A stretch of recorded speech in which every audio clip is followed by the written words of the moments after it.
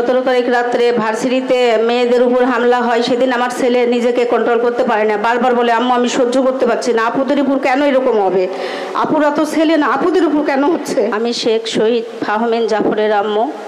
আমার 3 ছেলের ছোট ছেলে শেখ ফাহমিন। আমার ছেলে রাজশাহী সুনামধন্য স্কুল, রাজশাহী কলেজিয়েট স্কুল থেকে GPA 5 পেয়ে পাশ করে তার ইচ্ছা ছিল প্রকৌশলী হবে, এই জন্য ঢাকা টুঙ্গি কলেজে চান্স পাই, ওখানে আমরা ভর্তি করানোর পরে ও টুঙ্গি কলেজের বিজ্ঞান বিভাগে সক্রিয়, মেঘনাথ শাহ সক্রিয় সদস্য ছিল। আমার ছেলে বেশ মেধাবী ছিল, ও কখনোই কোনো ইয়েতে গেলে তো কখনোই খালি হাতে ফিরে আসেনি, একটা পুরস্কার নিয়েই আসতো, সে সাংস্কৃতিক হোক আর শিক্ষামূলক হোক। আমার ছেলে যখন থেকে আন্দোলন শুরু হয় তখন থেকেই আন্দোলনে যেতে চাই, আমি ওকে বাধা দিই না, কারণ তাদেরই তো দাবি। আমি আমার ছেলেকে বলি তুমি যেও। যেদিন রাত্রে 17 তারিখ রাত্রে ভার্সিটিতে মেয়েদের উপর হামলা হয়, সেদিন আমার ছেলে নিজেকে কন্ট্রোল করতে পারে না, বারবার বলে আম্মু আমি সহ্য করতে পারছি না, আপুদের উপর কেন এরকম হবে, আপুরা তো ছেলে না, আপুদের উপর কেন হচ্ছে। এই কথাটা আমার ছেলে বারবার বলে। রাত্রি 3:30টায় ওর কাছ থেকে আমি ফোন নিই। আমার ছেলের কোনো নিজস্ব ফোন ছিল না, একটা বাটন ফোনও না, আমার ফোন মাঝে মাঝে নিত।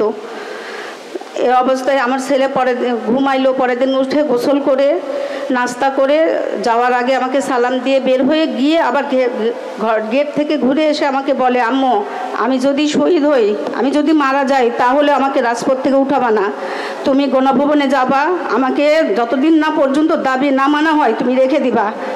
এই বলে আমার ছেলে চলে যায়। তখন আমি বুঝি না এই যাওয়া আমার ছেলের শেষ যাওয়া। আমার ছেলে চলে গেল, এর মধ্যে আমি সংসারের কাজ করি। আমার কাছে আমার মেজো ছেলে রাজশাহীতেও আন্দোলনেই ছিল, ইন্টারমিডিয়েট পরীক্ষা দিচ্ছে, আন্দোলনে ছিল। ওর কাছে ফোন যায় যে আপনারা ক্রিসেন্ট হসপিটালে আসেন। আমার মেজো ছেলে আমার ছোট ভাইয়ের কাছে আমি থাকি, আমার ছোট ভাইকে ফোন দেয়। আমার ছোট ভাই খবর শুনে যে হসপিটালে এই কথা শুনে দ্রুত যেতে থাকে।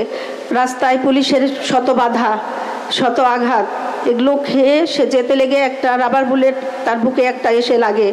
এরপরও সে দ্রুত গতিতে অনেক ঘুরে ঘুরে হসপিটালে গিয়ে দেখে আমার ছেলে নিথর দেহ পড়ে রয়েছে। ও প্রায় 1 ঘন্টা মতো হয়ে যায়, কারো কাছে ফোনও দিতে পারে না, কিছু করে না, ও নাকি স্তব্ধ হয়ে দাঁড়িয়ে আছে। তারপর আমার কাছে ফোন যায়, ওর বাবা ফোন দেয়, বলে তুমি ক্রিসেন্ট হসপিটালে যাও, ছেলেকে কেন ছেড়েছো। তো আমি বলি আমার ছেলে তো আর কোনো কারণে জানি তার দাবির জন্যই গেছে, এই কথা বলি। বলার পরে বলে ছেলে কোমরে আর হাঁটুতে ইনজুরি হয়েছে, তুমি তাড়াতাড়ি যাও। আমি একটা শার্ট, একটা ট্রাউজার, একটা 3/4 প্যান্ট নিয়ে দ্রুত ছুটতে থাকি। রাস্তায় অনেক খারাপ অবস্থা। পপুলার হসপিটালের সামনে বেশ কিছু পুলিশ এবং আমেরিকার কিছু ছেলেপেলে, ওরাই বেশ অস্ত্র নিয়ে আমাকে বাধা দেয়, যেতে দিবে না। আমি আমার লাইফে মনে হয় অত উচ্চ স্বরে কোনোদিন কথা বলি নাই, সেদিন যে জোরে কথা বলেছি। আর কত চাই তোদের, মার আমাকে, আমার সন্তানকে মেরে হয়নি, আমাকে মার, উচ্চ স্বরে বলি।